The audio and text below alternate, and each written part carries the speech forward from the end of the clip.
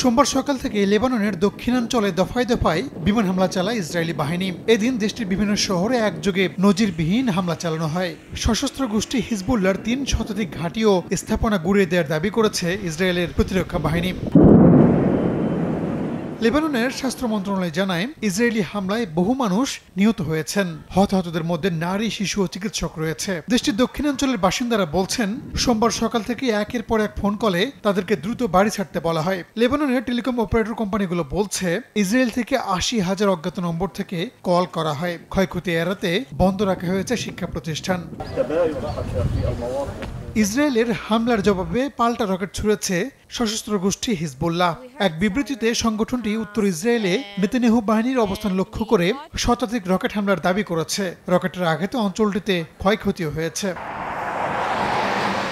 এর আগে শনি ও রোববার হিজবুল্লাহর অন্তত ৪০০টি ঘাঁটিতে হামলা চালায় ইসরায়েল। ওই হামলায় সশস্ত্র গোষ্ঠীটির ১,০০০-এর বেশি রকেট উৎক্ষেপণ যন্ত্র ধ্বংসের দাবি করে তেল আবিব। অঞ্চলটিতে নিরাপত্তা নিশ্চিত না হওয়া পর্যন্ত প্রয়োজনীয় সবকিছুই করা হবে বলে জানান প্রধানমন্ত্রী বিনিয়ামিন নেতানিয়াহু।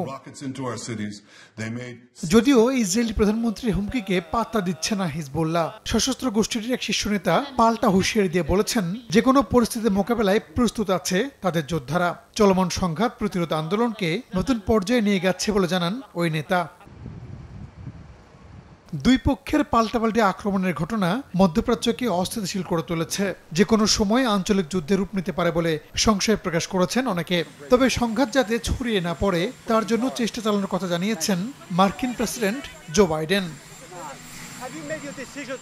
রাহানুল রানা, সময় সংবাদ।